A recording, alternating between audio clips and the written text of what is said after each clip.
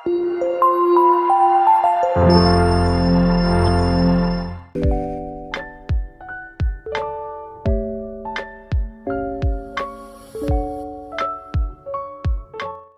pagi, nama saya Imadi Wirana, saya dosen Universitas Gunadarma.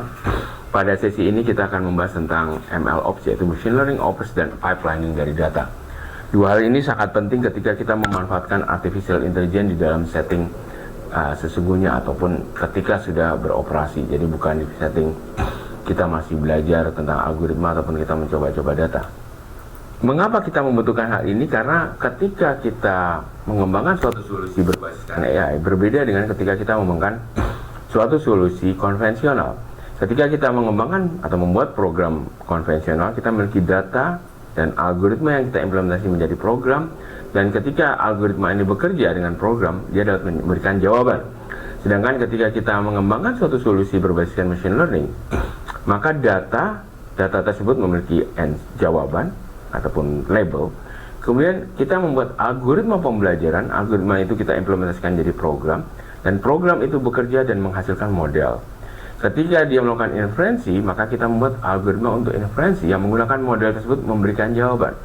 Sehingga ketika di dalam pengembangan aplikasi program yang tradisional ataupun konvensional, kita hanya mengelola kode.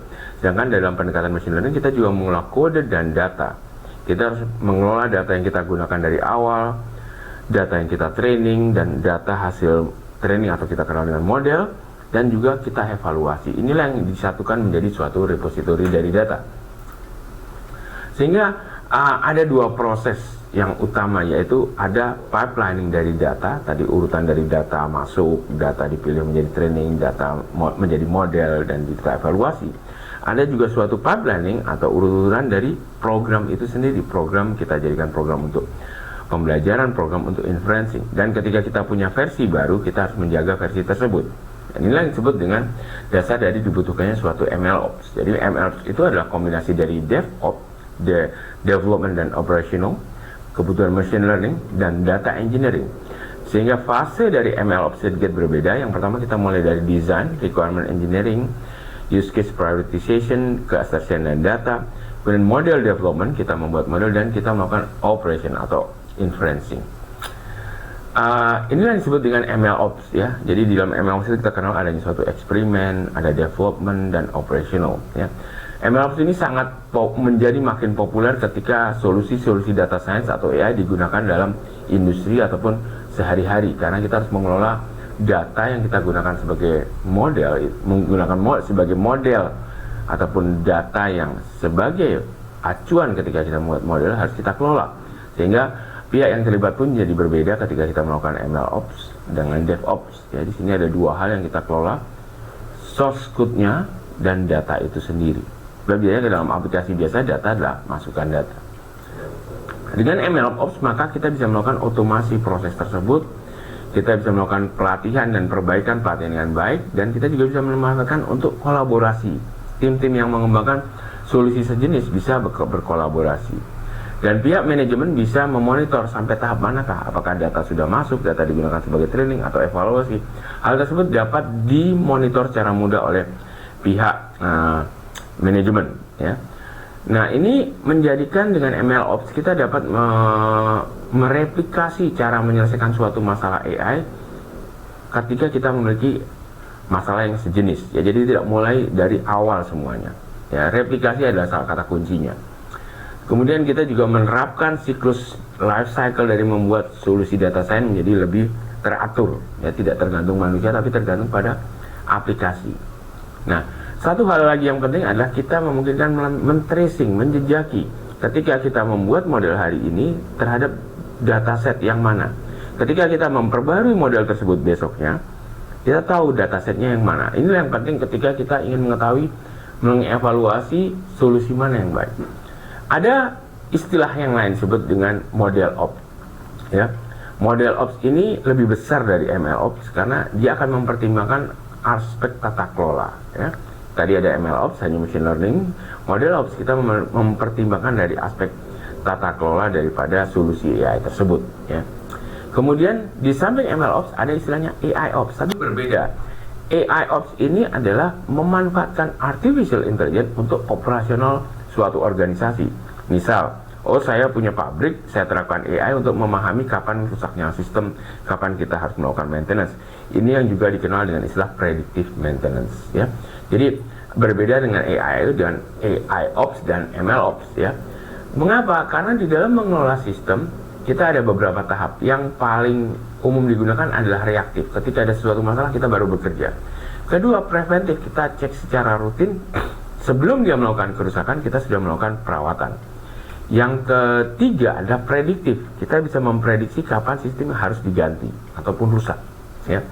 Yang keempat adalah preskriptif.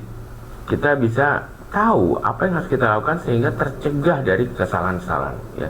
Ini ada tahapan-tahapan predictive maintenance yang biasanya menerapkan artificial intelligence dalam mengelola data yang digunakan sebagai basis dari perawatan. Nah, ini misalnya penggunaan AI Ops dalam setting pabrik, ya. Jadi ada suatu production line, kemudian ada proses flow, kita masukkan sensor, dari situ kita kumpulkan data secara chronological atau disebutnya historian.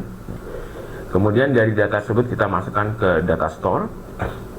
Data store juga dikombinasikan dengan data dari ERP, dari quality control dan lain sebagainya. Sehingga kita bisa melakukan prediksi. Kalau permintaan seperti ini dan kerja di pabriknya seperti ini, maka kita akan ada gap di dalam produksi. Dan ketika ada gap, maka dia akan mengirimkan alert dan juga bisa dimonitor dari dashboard. Ya, ini adalah salah satu penggunaan AI dalam operasional suatu organisasi. Tentu saja tergantung organisasinya. Organisasi itu sebagai pabrik, organisasi sebagai sekolah itu berbeda lah, ya. Nah, bagaimana kita membangun ML Ops? Tentu saja kita membutuhkan suatu platform, kita membutuhkan solusi-solusi, software-software sehingga kita bisa menerapkan machine learning operasional tersebut, ya. Ini contoh bagaimana ketika kita menggunakan Docker, ya, dalam menerapkan pipelining atau urutan-urutan dari solusi AI kita, ya. Jadi kita mengkode program, kita punya Docker file, kita letakkan di dalam Dockernya dideploy dan lain sebagainya.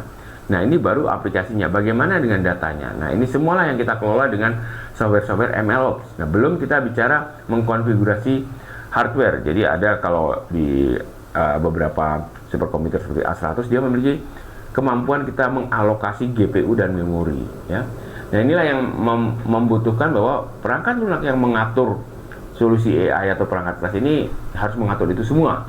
Beberapa solusi misalnya disebut dengan ClearML, DeepOps, Run.ai, Backend AI. Ini adalah software-software ataupun solusi yang dapat didapatkan untuk MLOps. Ada juga komponen-komponen kecil seperti Neptune untuk eksperimen manajemen, ML Flow. Kita bisa men-track eksperimen kita, Kubeflow, Pachyderm, Tangram, Ansible, Slurm. Ini adalah komponen-komponen yang biasa digunakan ketika kita membangun suatu platform untuk MLOps, ya. Jadi kita bisa lihat misalnya nih kita menggunakan virtualisasi ataupun kontainerisasi dari solusi, ya, dengan di dalam NGC. Kalau di ini kita bisa menggunakan Rapids misalnya.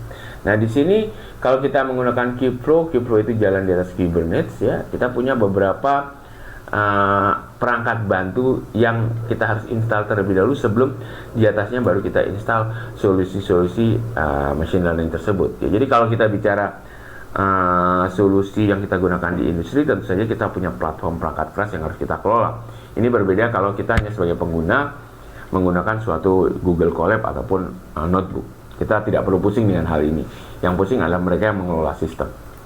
Nah, ini misalnya ketika kita mengelola solusi, kita membangun solusi MLOps, ya, kita akan punya data yang mengelola data dikenal dengan data fabrik. Kemudian kita menggunakan solusi AI. Di sini dengan dashboard kita bisa melihat alur dari data itu sampai kemana. Ya, ini beberapa contoh misalnya dari ClearML, dia punya eksperimen manager. DLML misalnya kita bisa lihat datanya sudah di tingkat mana, versi yang mana data tersebut. Kemudian dia juga mengatur di GPU mereka, Graphical Processor Unit, karena AI itu rata-rata menggunakan GPU. Nah, ini membutuhkan manusia yang berbeda kemampuannya, ya. Jadi ada disebut dengan data scientist, ada machine learning engineer, ada juga orang AI-nya, orang infrastrukturnya. Kemudian ada application developer. Inilah orang-orang yang berbeda dan memiliki kemampuan yang berbeda daripada orang yang lainnya. Akhir kata saya ucapkan terima kasih untuk sesi ini. dan kita lanjutkan di sesi berikutnya.